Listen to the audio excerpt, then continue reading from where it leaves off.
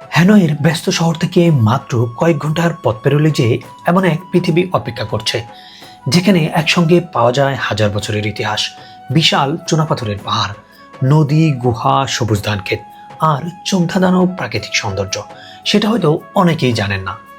আর আজ আমরা হ্যানয় থেকে ছুটে চলছি ভিয়েতনামের অন্যতম সুন্দর ও বিখ্যাত পর্যটন অঞ্চল নিন বিনের উদ্দেশ্যে। চলুন তাহলে ভিডিওটি শুরু করা যাক। আসসালামু আলাইকুম, ওয়েলকাম টু অ্যানাদার ব্লগ। আর আজকে দিকে ট্যুর হচ্ছে নিনবিনে। আর নিনবিনে যাওয়ার জন্য আমার লিমুজিন আমার জন্য বাইরে অপেক্ষা করছে। আমি এখন সরাসরি গিয়ে লিমুজিনে উঠে যাব। তারা হোটেল থেকেই পিক আপ করে এবং হোটেলেই ড্রপ করে দেয় ট্যুর শেষে। আর এখানেই আমার জন্য অপেক্ষা করছিল আগে থেকে প্যাকেজ বুক করা সেই লিমুজিন। হ্যানয় থেকে নিনবিনের দূরত্ব প্রায় 90 থেকে 100 কিলোমিটারের মতো। যেতে সময় লাগে প্রায় 1.5 থেকে 2 ঘন্টা। নিনবিনকে হ্যানয় থেকে দিনের সফরে ঘুরে আসার জন্য বেশ জনপ্রিয় একটি গন্তব্য হিসাবে ধরা হয়। লিমুজিনের আরামদায়ক সিটে বসে জানালার পাশ দিয়ে বাইরের দৃশ্য দেখতে দেখতে আমরা এগিয়ে চলছি নিনবিনের দিকে। আমার আজকের ট্যুর প্যাকেজটি নিয়েছিলাম $40 দিয়ে হ্যানয়ের লোকাল ট্যুর অপারেটর থেকে। কিছুক্ষণ চলতে চলতেই পথে আমাদের লিমুজিন একটি আউটলেটে এসে থামলো। ভেতরে ঢুকেই আমার চোখ আটকে গেল অসাধারণ সব জিনিসের দিকে। বাঁশ এবং বাঁশের ফাইবার দিয়ে তৈরি বিভিন্ন ধরনের আসবাবপত্র, ঝুড়ি, চেয়ার, টেবিল, ঘর সাজানোর সামগ্রী, কি নেই এখানে। ভিয়েতনামের ঐতিহ্যবাহী কারুশিল্পে বাঁশ ও বেতের ব্যবহার বহুদিনের। কিন্তু সবচেয়ে ভালো লাগার বিষয় হলো পুরনো ঐতিহ্যকে আধুনিক ডিজাইনের সঙ্গে মিলিয়ে কি সুন্দরভাবে ব্যবহারযোগ্য পণ্য তৈরি করা হয়েছে। দূর থেকে দেখলে অনেকগুলো জিনিস যে বাঁশের তৈরি সেটা বোঝার যেন উপায়ই নেই। আমাদের হাতে সময় মাত্র 20 মিনিট, তাই দ্রুত পুরো জায়গাটা ঘুরে দেখলাম। কিছু কিছু জিনিস সত্যি এত সুন্দর ছিল যে মনে হচ্ছিল ভিয়েতনাম থেকে স্মারক হিসাবে নিয়ে গেলে খারাপ হতো না। আবারও সবাই উঠে পড়লাম আমাদের লিমুজিনে, কারণ আজকের আসল অ্যাডভেঞ্চার এখনো শুরুই হয়নি। চলতে চলতে প্রায় 1 ঘন্টা পর চলে আসলাম আমাদের লিমুজিন নিয়ে এশিয়ান ফুড ইন্টারন্যাশনাল নামের একটি রেস্টুরেন্টের সামনে। এখানেই আজ আমাদের বুফে লাঞ্চের ব্যবস্থা করা হয়েছে আমাদের ট্যুর অপারেটর থেকে। কিন্তু খাওয়ার আগে আমাদের জন্য রয়েছে আরও একটি চমৎকার অভিজ্ঞতা। রেস্টুরেন্টের গ্যারেজ থেকে প্রত্যেককে একটি করে সাইকেল নিতে বলা হলো। তারপর আমাদের গাইড সবাইকে এক জায়গায় দাঁড় করিয়ে দিলেন। তিনি আমাদের বুঝিয়ে দিলেন সাইকেল চালানোর নিয়ম, রুট এবং কিভাবে তাকে অনুসরণ করতে হবে। এবার সবাই প্রস্তুত সাইকেল নিয়ে বেরিয়ে পড়ার জন্য। আর এরপরেই শুরু হলো আমাদের আন্তর্জাতিক সাইকেল অভিযান, আর সেটি হচ্ছে নিনবিনের এই গ্রামে। আমি ছাড়াও আমাদের সঙ্গে রয়েছেন ইরান, ফ্রান্স, আলজেরিয়া, ভারত ও রাশিয়া থেকে আসা পর্যটকরা। ভাবুন তো, একজন বাংলাদেশির সঙ্গে ইরানিয়ান, ফরাসি, আলজেরিয়ান, ভারতীয় এবং রাশিয়ান পর্যটক। দেশ আলাদা, ভাষা আলাদা, সংস্কৃতি আলাদা, কিন্তু আজ আমাদের গন্তব্য এক। আমাদের গাইড সবার সামনে, আর আমরা সবাই তাকে অনুসরণ করে সাইকেলের প্যাডেল করতে করতে এগিয়ে চললাম। শহরের কোলাহল অনেক পেছনে, চারপাশে শুধু সবুজ। দূরে দাঁড়িয়ে আছে বিশাল বিশাল চুনাপাথরের পাহাড়, পাশ দিয়ে বয়ে যাচ্ছে শান্ত নদী ও জলপথ। আর পাহাড়ের মাঝ দিয়ে সরু রাস্তা ধরে আমরা এগিয়ে চলছি প্রায় 1000 বছরের পুরনো ভিয়েতনামের রাজধানী শহরের দিকে। এমন দৃশ্যের মধ্য দিয়ে সাইকেল চালানোর অনুভূতিটাই অন্যরকম। গাড়ির জানালার ভেতর দিয়ে নয়, এবার প্রকৃতির একেবারে কাছাকাছি থেকে আমরা নিনবিনকে দেখছি। কখনো পাহাড় আমাদের একদম পাশে, কখনো নদী, আবার কখনো গ্রামের বাড়িঘর। আর সবচেয়ে সুন্দর ব্যাপার, আমাদের সামনে পেছনে বিভিন্ন দেশের মানুষ সাইকেল চালাচ্ছেন। এই মুহূর্তটা হয়তো কয়েক ঘন্টার, কিন্তু বিশ্বাস করুন, এমন দৃশ্য ভ্রমণের স্মৃতিতে অনেক দিন থেকে যায়।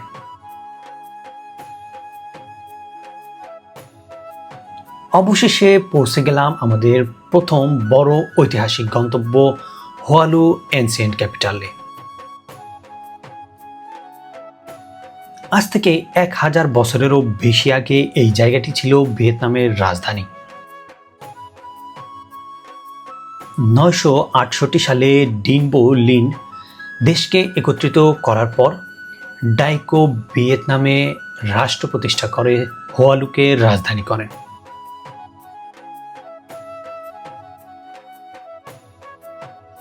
এরপর ডিন রাজবংশ, আর্লি লে রাজবংশ এবং লি রাজবংশের শুরু সময় মোটামুটি 968 থেকে 1010 সাল পর্যন্ত 42 বছর হোয়ালু রাজধানী ছিল এই ভিয়েতনামের। 10ম শতকে এগুলো শুধু সৌন্দর্যের জন্য ছিল না, এই পাহাড়গুলো ছিল প্রাকৃতিক দুর্গের মতো। হোয়ালুর দুর্গ এলাকা প্রায় 300 হেক্টর জুড়ে বিস্তৃত ছিল এবং পাহাড়, নদী ও জলাভূমি মিলে জায়গাটিকে প্রতিরক্ষার জন্য অত্যন্ত সুবিধাজনক করে তুলেছিল। তখন ভিয়েতনাম সদ্য একত্রিত হয়েছে, রাজনৈতিক অস্থিরতা ছিল এবং বাইরের আক্রমণের আশঙ্কাও ছিল। তাই পাহাড়ঘেরা এই দুর্গনগরী ছিল সামরিক দিক থেকে অত্যন্ত গুরুত্বপূর্ণ। কিংডিং টায়েন হোয়াং টেম্পল, এই মন্দিরটি ডিন রাজবংশের প্রতিষ্ঠাতা ডিং টিয়েং হোয়াং অর্থাৎ ডিংবো লিং এর স্মৃতির প্রতি উৎসর্গকৃত। মন্দির এলাকায় প্রবেশ করতেই দেখা যায় ঐতিহ্যবাহী গেট, পুকুর, বাগান এবং একের পর এক আঙ্গিনা। বর্তমান মন্দিরটি মূল প্রাচীন রাজধানীর রাজপ্রাসাদের ঐতিহাসিক স্থানের সঙ্গে সম্পর্কিত এবং পরবর্তী সময়ে বিভিন্ন সময়ে সংস্কার ও পুনর্নির্মিত হয়েছে। মন্দিরের ভেতরের স্থাপত্য, কাঠের সূক্ষ্ম কারুকাজ, ঐতিহ্যবাহী অলঙ্করণ এবং রাজকীয় আমলের প্রতীকী নকশা চোখে পড়ে। এখানে দাঁড়িয়ে মনে হচ্ছে 1000 বছর আগে এই জায়গাতেই হয়তো রাজদরবার বসত, সৈন্যরা যাতায়াত করত আর রাজ্যের গুরুত্বপূর্ণ সিদ্ধান্ত নেওয়া হতো এখান থেকেই। হোয়ালুয়ের সবচেয়ে সুন্দর ব্যাপার আমার কাছে মনে হলো এখানে ইতিহাসকে আলাদা করে দেখতে হয় না। ইতিহাসের চারপাশেই প্রকৃতি, একদিকে প্রাচীন মন্দির, অন্যদিকে বিশাল পাহাড়। সাইকেল জমা দিয়ে এবার সোজা খাবারের টেবিলে, কারণ এতক্ষণ সাইকেল চালানো আর ঘোরাঘুরি করার পর ক্ষুধাটা কিন্তু বেশ ভালোই লেগেছে। আমাদের জন্য সাজানো হয়েছে বিশাল বুফে, বিভিন্ন ধরনের ভিয়েতনামিজ এবং এশিয়ান খাবার, সবজি, মাংস, নুডলস, সালাদ, ফল সহ নানা ধরনের আইটেম। সবাই নিজের পছন্দ অনুযায়ী খাবার নিয়ে নিলাম। কয়েকজন একসঙ্গে বসে খেতে শুরু করলাম। এক টেবিলে আবারও সেই আন্তর্জাতিক বন্ধুত্ব।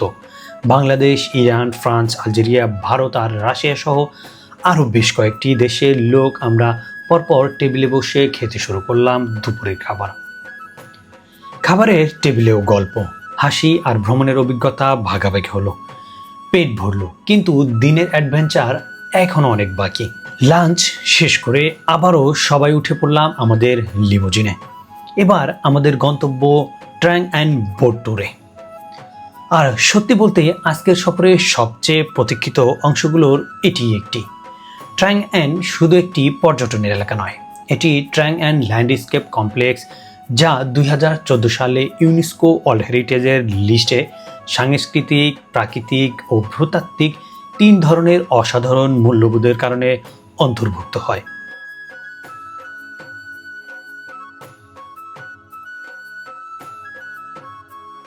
আমার যেতে হবে এই কাপলের সাথে, যেহেতু আমি সিঙ্গেল। একটা বোর্ডে 3 জন থেকে 4 জন অ্যালাউ করে, তো আমি এটা সিঙ্গেল, অন্য একটা কাপলের সাথে যুক্ত হতে হচ্ছে। আর এখানে রেগুলার বোট ছেড়ে যাচ্ছে একের পর এক। এখানে এসে প্রথম যে বিষয়টি চোখে পড়ল, চারপাশে অসংখ্য ছোট ছোট নৌকা, শত শত পর্যটক আর তাদের নিয়ে ছোট ছোট নৌকা একের পর এক পাহাড়ের মাঝ দিয়ে এগিয়ে যাচ্ছে বইটা ঠেলে।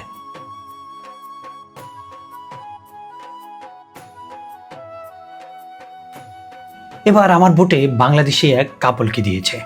সব মিলিয়ে আমরা 3 জন বাংলাদেশি এক বোটে আজকে ট্রাভেল করছি।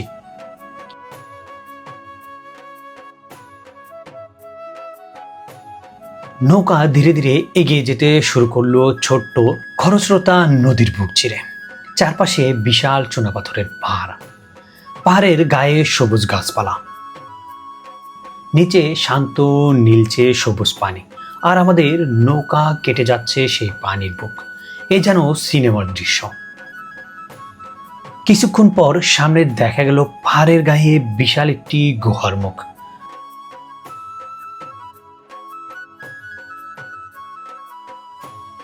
আর কয়েক সেকেন্ড পরেই আমরা ঢুকে গেলাম পাহাড়ের ভেতরে।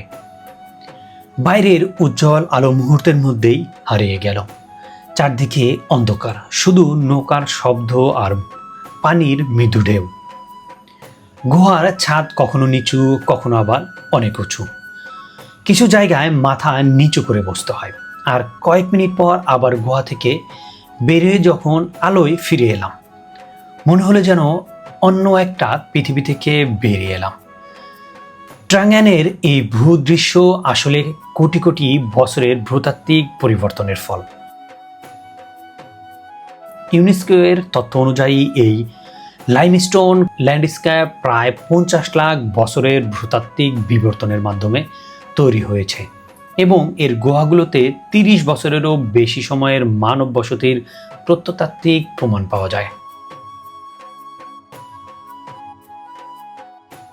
আর এই অসাধারণ পাহাড় গুহার দৃশ্য হলিউডের নজর কেড়েছিল। 2017 সালে ব্লকবাস্টার মুভি কং স্কুল আইল্যান্ডের গুরুত্বপূর্ণ দৃশ্য ট্রাঙ্গানের এই লাইমস্টোন ক্রাস্ট ল্যান্ডস্কেপ সহ ভিয়েতনামের বিভিন্ন স্থানে ধারণ করা হয়েছিল। সিনেমাটি মুক্তির পর ট্রাঙ্গান আন্তর্জাতিকভাবে পরিচিতি আরও বেড়ে যায়। পর্যটকদের কাছে জায়গাটি আরও জনপ্রিয় হয়ে ওঠে। এখানকার অসাধারণ পাহাড়, নদী ও গুহার দৃশ্য আপনারা সিনেমায় দেখেছেন, আর তার বড় একটি অংশ এসেছে ভিয়েতনামের বাস্তবে এই ভূদৃশ্য থেকে। ট্রাঙ্গান এর সবচেয়ে বড় বিশেষত্ব হলো এখানে শুধু পাহাড় নেই, আছে পাহাড়ের মধ্যে লুকিয়ে থাকা নদী, নদীর সঙ্গে সংযুক্ত গুহা, গুহার পর আবার সবুজ উপত্যকা, কোথাও ধান ক্ষেত, আবার কোথাও বিশাল বড় বড় মন্দির, আর সবকিছুর উপর বিশাল লাইমস্টোন মাউন্টেন। ইউনেস্কো এর ভাষায় এখানকার পাহাড়গুলো প্রায় 2000 মিটার পর্যন্ত উঁচু হতে পারে এবং অসংখ্য ভূগর্ভস্থ জলপথ এবং গুহা একে অন্যের সঙ্গে সংযুক্ত। এ কারণেই নৌকা দিয়ে ট্রাঙ্গান ঘোরার অভিজ্ঞতাটা অন্যরকম।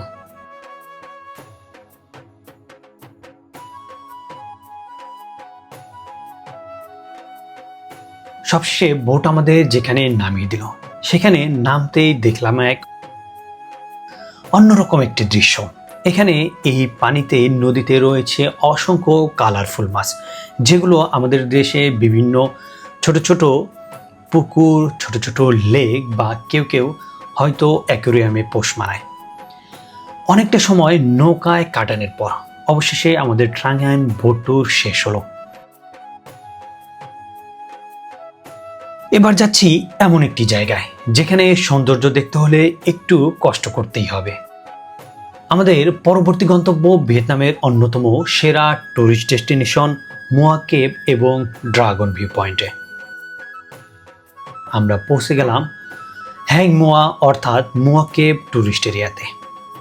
মুয়া কেভে রয়েছে মুয়া মাউন্টেন, এনগোয়া লং মাউন্টেনের মতো পাদদেশে। 1300 শতকে ট্রান রাজবংশের সময় রাজা এখানে এসে নাচ গান উপভোগ করতেন। সেখান থেকেই মুয়া অর্থাৎ নাচের সঙ্গে নামটির সম্পর্ক তৈরি হয়েছে বলে প্রচলিত আছে। কিন্তু এখানে আসার আসল চ্যালেঞ্জ হলো পাহাড়ের চূড়ায় উঠতে হবে, প্রায় 500 সিঁড়ির কঠিন পরীক্ষা। সামনে তাকিয়ে দেখলাম একটার পর একটা পাথরের সিঁড়ি। সরকারি পর্যটন তথ্য অনুযায়ী চূড়ায় উঠতে প্রায় 486টি সিঁড়ি পাড়ি দিয়ে উপরে উঠতে হবে।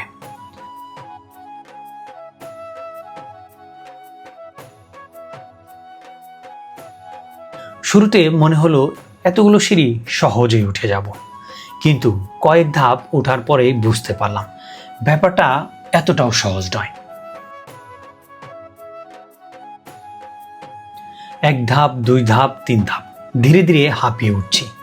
পাশ দিয়ে কেউ দ্রুত উঠে যাচ্ছে, কেউ মাঝপথে দাঁড়িয়ে বিশ্রাম নিচ্ছে। আমিও মাঝে মাঝে থামছি, পানি খাচ্ছি, আবার উঠছি, কারণ যত উপরে উঠছি ততই নিচের দৃশ্যটা বদলে যেতে শুরু করছে।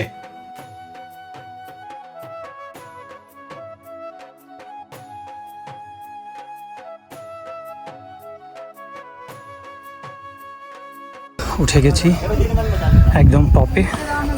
ওটা হচ্ছে 350টা সিঁড়ি উঠতে হয়। আর ওই পাহাড়ের পাশে এই আর একটা ভিউ পয়েন্ট আছে এই পাশটাতে, সেখানে দাঁড়িয়েও কিছু সেলফি নিয়েছি। আর আমরা এখন আছি একদম টপে। ওইখানে হচ্ছে ড্রাগন আছে, সেখানে একটু যাব। অবশেষে অনেক কষ্টের পর আমি পৌঁছে গেলাম পাহাড়ের চূড়ায়। আর উপরে উঠে যা দেখলাম, সত্যি কিছুক্ষণের জন্য কথা হারিয়ে ফেলেছি। চারদিকে যত দূর চোখ যায় শুধু পাহাড় আর সবুজ উপত্যকা, নিচে ছোট ছোট নদী ও জলপথ, সবুজ ধানক্ষেত, ছোট ছোট গ্রাম, আর তার মাঝখান দিয়ে আঁকাবাঁকা নদীর রেখা। মনে হচ্ছে কেউ যেন বিশাল একটা ক্যানভাসে সবুজ, নীল আর ধূসর রং দিয়ে পুরো দৃশ্যটা এঁকে দিয়েছে।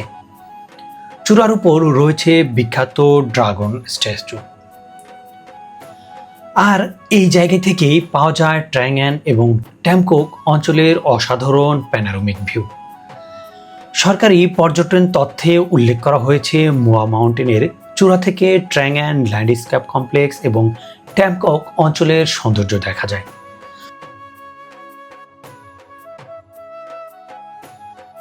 এই এক জায়গায় এসে মনে হলো 886টি সিঁড়ির কষ্টটা সত্যি সার্থক।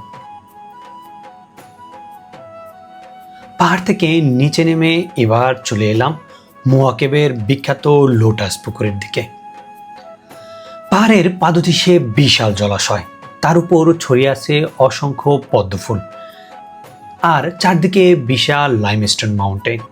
মাঝখান দিয়ে কাঠের অপয়ে চলে গেছে পদ্মবাগানের ভেতর দিয়ে। এখানে দাঁড়ালে মনে হয় একদিকে পাহাড়, সামনে পদ্মফুল, পেছনে সবুজ উপত্যকা, আর উপরে নীল আকাশ, একেবারে ছবির একটা দৃশ্যপট। মোয়া কেভ টুরিস্ট এরিয়ার লোটাস পুকুর প্রায় 1 হেক্টর এলাকা জুড়ে বিস্তৃত। নিনবিনে সাধারণত মে থেকে জুলাইয়ের মধ্যে লোটাসের মৌসুম দেখা যায়। মোয়া কেভ এলাকাতেও বিশেষ লোটাস ফিল্ড রয়েছে, আর অফ সিজনে আপনি জাপানিজ লোটাসের চাষের কারণে অন্য সময়েও ফুল দেখার সুযোগ পেতে পারেন।